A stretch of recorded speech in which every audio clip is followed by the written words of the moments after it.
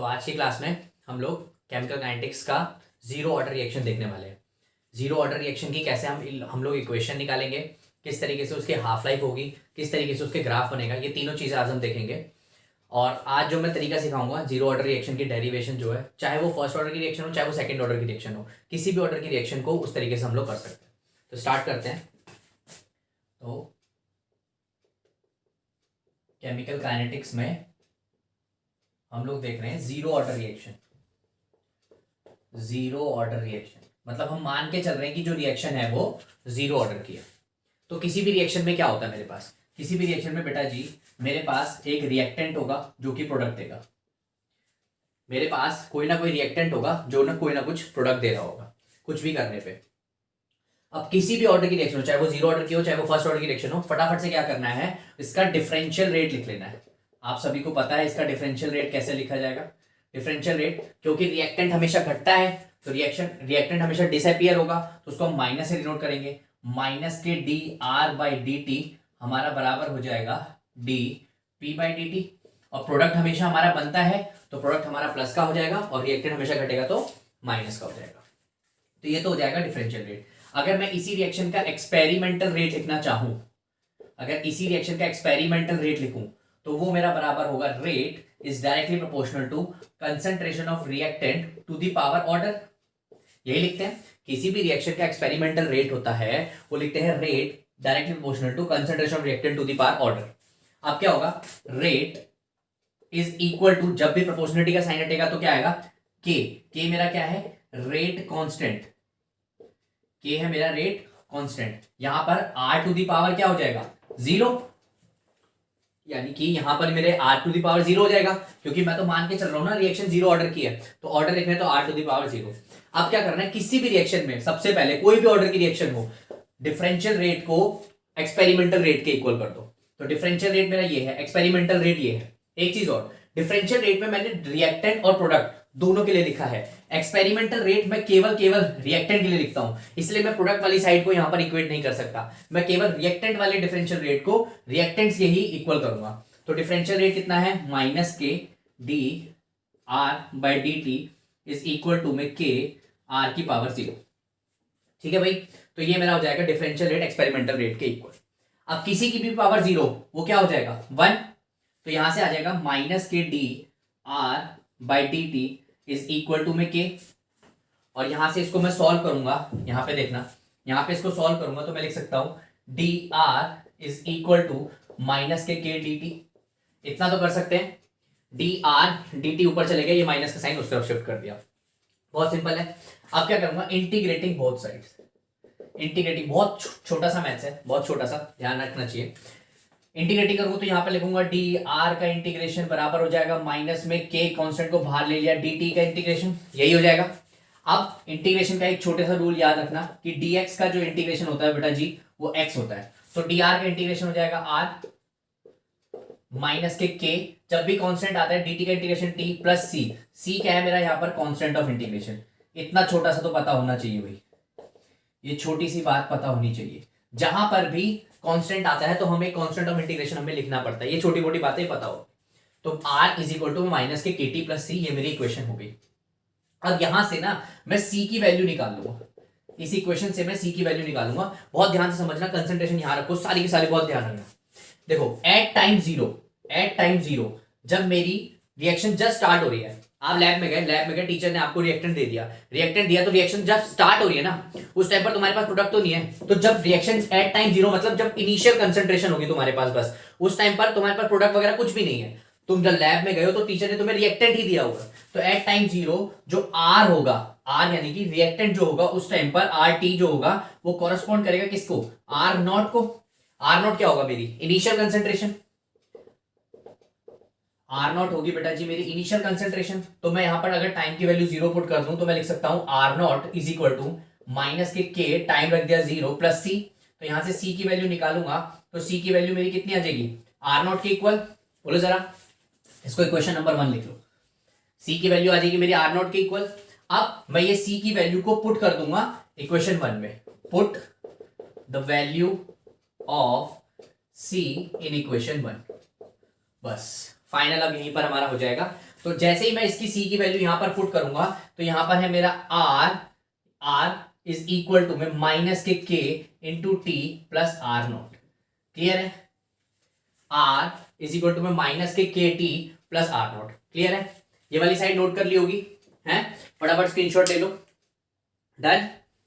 ठीक, तो देखो फटाफट क्या होगा।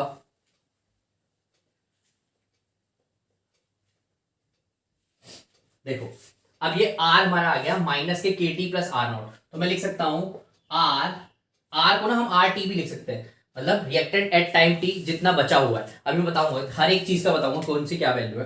तो मैं लिख सकता हूं R T is equal to में R naught minus K T लिख सकता हूं। R T is equal to R naught minus K T, तो ये बेटा मेरी जीरो ऑर्डर की इक्वेशन होती है। ये इक्वेशन मेरी जीरो ऑर्डर की होती है। अगर आर टी बराबर are naught minus K T है तो यहां से मैं के निकाल सकता हूं। मैं लिख सकता हूं के बराबर आर नॉट माइनस के आर टी डिवाइडेड बाय, यहां से देखो के टी इधर लिख दिया डिवाइडेड बाय टी, तो ये रेट कांस्टेंट इस तरीके से हम निकाल सकते हैं। अब कौन सी चीज यहां पर क्या है वो पता होना बहुत जरूरी है, वरना किसी की वैल्यू कुछ और पुट कर दोगे, किसी की वैल्यू कुछ और पुट कर दोगे तो आंसर गलत हो जाएगा। देखो भाई कैसे करना है। आर नॉट बेटा जी यहां पर मेरा होता है इनिशियल कंसंट्रेशन, आर नॉट होता है initial concentration at time zero पे जो वैल्यू दे रखी है। क्लियर है? आर टी क्या होता है, बस ये चीज समझ जाओगे तो मोस्ट ऑफ द टाइम कभी भी क्वेश्चन में दिक्कत नहीं होगी।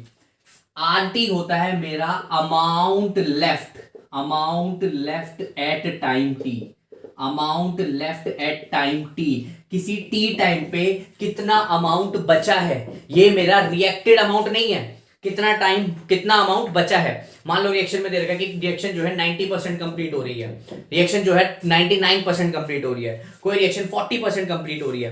तो अगर 40% कंप्लीट हो रही है तो केवल 60 बचा है, तो वो 60 अमाउंट यहां पर लिखना है।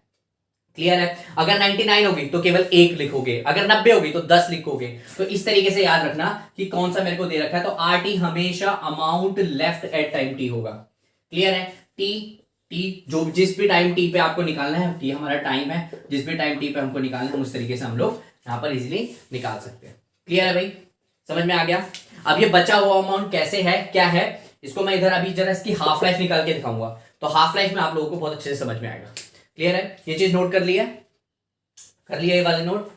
ठीक है, चलो देखो भाई क्या करते हैं, इसको फटाफट करते हैं।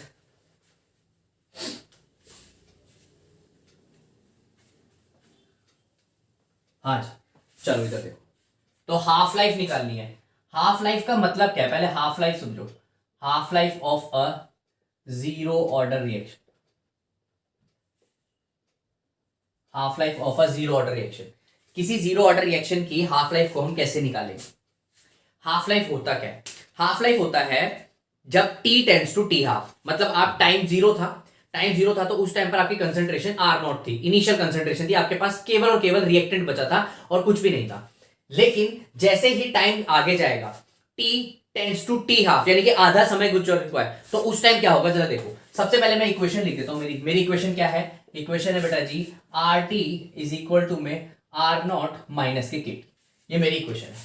मैं बोल रहा हूं हाफ लाइफ का मतलब है कि T tends to T half हो चुका है, T tends to T half हो चुका है। अगर T tends to T half हो चुका है तो मुझे बताओ आर नॉट तो मेरी इनिशियल कंसंट्रेशन है, आर टी क्या है, amount left at time T, यानी कि amount left at time T half, कितना हाफ कितना अमाउंट बचा होगा, अरे इनिशियल का आधा बचा होगा, बोलो जरा। ये मेरा इनिशियल था, आधा टाइम गुजर चुका तो आधा रिएक्टेंट खत्म हो चुका होगा। तो if T tends to T half, क्या मैं लिख सकता हूं आर टी को आर नॉट बाई टू।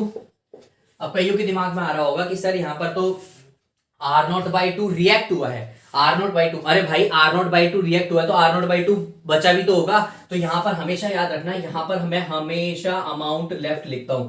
बस बेटा जी इस बात को ध्यान रखना कि अमाउंट लेफ्ट आएगा, टी हाफ हो गया टाइम तो आधा टाइम गुजर चुका है तो इनिशियल कंसंट्रेशन केवल आधी रह गई। तो आर नॉट बाई टू मैं इसको लिख सकता हूं R naught by two is equal to R naught minus K T, यहां से इसको सॉल्व करूंगा तो मैं लिखूंगा K T is equal to R naught minus R naught by two. अब ये एक है, एक में से आधा गया तो K, sorry T tends to T half है, इसको लिख लो इसे, K T half is equal to एक में से आधा गया तो आधा बचेगा तो आर नॉट बाई टू, तो यहां से मेरा फॉर्मूला आ जाएगा T half is equal to R naught by 2k। Clear है, समझ में आया भाई? तो हाफ लाइफ का फॉर्मूला जीरो ऑर्डर रिएक्शन के लिए क्या हो जाएगा, R naught by 2k। R naught मेरी इनिशियल कंसेंट्रेशन है, k मेरा रेट कांस्टेंट है। फिर बता देता हूं, जब एट टाइम t, जब t tends to t half हुआ, जब आधा टाइम हो गया, तो इनिशियल का आधा ही बचा होगा। आधी रिएक्शन हो चुकी है तो आधा ही अमाउंट बचा होगा, तो आरटी अमाउंट लेफ्ट है, आरटी अमाउंट लेफ्ट है। बस इस बात को हमेशा ध्यान रखना, अगर कुछ और, अगर यहां पर रिएक्टेड अमाउंट लग गया, सारा काम खराब हो जाएगा। क्लियर है? तो यहां पर हमने देख लिया कि किस तरीके से हम लोग जीरो ऑर्डर रिएक्शन के या फिर किसी भी ऑर्डर रिएक्शन का हम लोग इक्वेशन कैसे निकाल सकते हैं। अगर यहीं पर फर्स्ट ऑर्डर का निकालो, नेक्स्ट वीडियो में मैं फर्स्ट ऑर्डर का बताऊंगा कि किस तरीके से फर्स्ट ऑर्डर रिएक्शन को हम निकाल सकते हैं। बहुत सिंपल है, सबसे पहले डिफरेंशियल रेट निकालो, डिफरेंशियल रेट को फिर एक्सपेरिमेंटल रेट के इक्वल करो, और डिफरेंशियल एक्सपेरिमेंटल रेट को इक्वल करके फिर फाइनल लास्ट में एक छोटा सा इंटीग्रेशन करके, और फिर ये फाइनल मेरा फॉर्मूला निकल जाता है। ठीक है, फिर हम इसके ग्राफ भी सीखेंगे आगे। ठीक है, तो यहां तक आपने कर लिया होगा, इतना करते हैं, मिलते हैं नेक्स्ट क्लास में।